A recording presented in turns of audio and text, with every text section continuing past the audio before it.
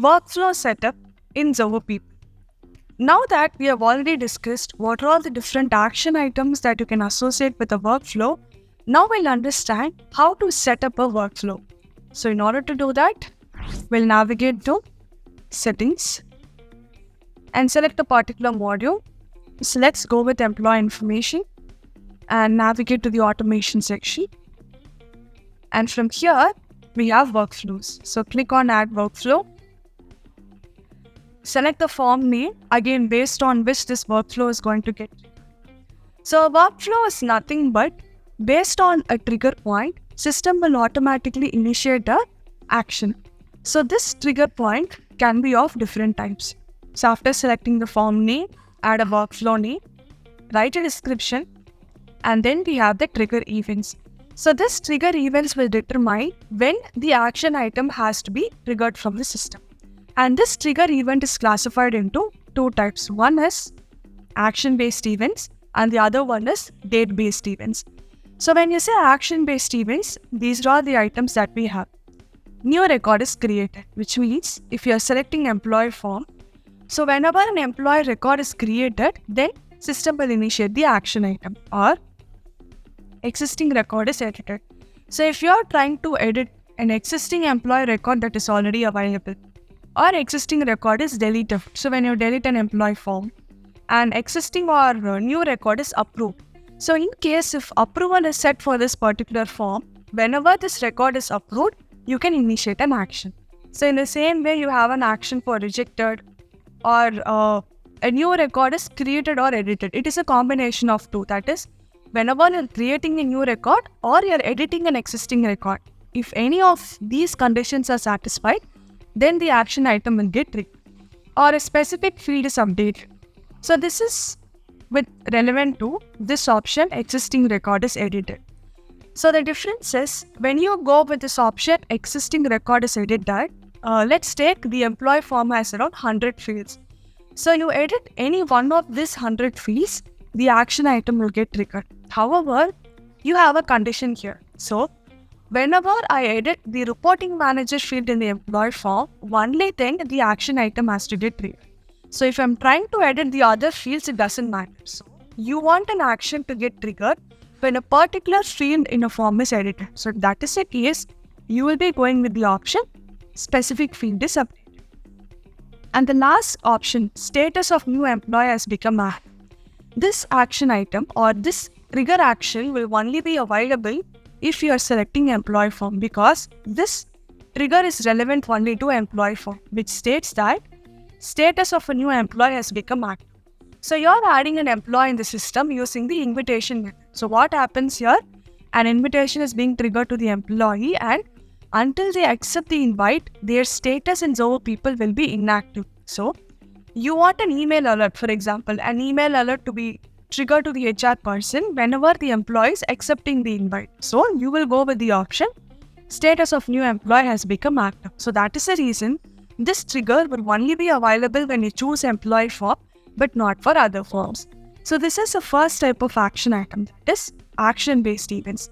The next one is date-based events. A very classic example is you want the system to automatically trigger an email to the employee on their birth date. So in that case, you cannot go with action-based events. So here, you want an action to get automatically triggered based on a particular date. So you will go with the option date-based events. So all the date fields in the particular form will be listed here. So you can select a particular date. So we'll go with the option date of birth, because date of birth is when we'll be triggering the birthday emails. So after selecting date, you will have date of execution. So whether system should trigger the action on that particular date, that is on event date, before or after. Probably it is like a reminder. So we have an option. We have a date field called passport valid until. So in this case, you want an email to be sent to the employee, let's say before event time, 7 days. So 7 days before this expiry date, this email will go to employee. So first select the date and then select when this email or this action item has to get triggered and at what time. So you can choose the time. And then comes execution occurrence. So we have the option one time, every month and every year. So one time is on this specific date, this email will go only once, which is 7 days before my passport expiry date, one email will, that's it. But what about the other case? I want to send birthday email to my employees. It's not a one-time email. So every year on their birthday, I want an email to get triggered. So in that scenario, you will go with the option occurring every year. So you will select the execution occurrence over here. And then at what time zone? So you can select a particular time zone. So all employees will be receiving emails based on this time zone. And before you could associate any of the action items to this workflow rule, we have an option here called criteria. So you will be using this option criteria only in one scenario where based on this condition, the action items are going to be different. For example, so you have this option, passport valid until, so 7 days before the expiry date.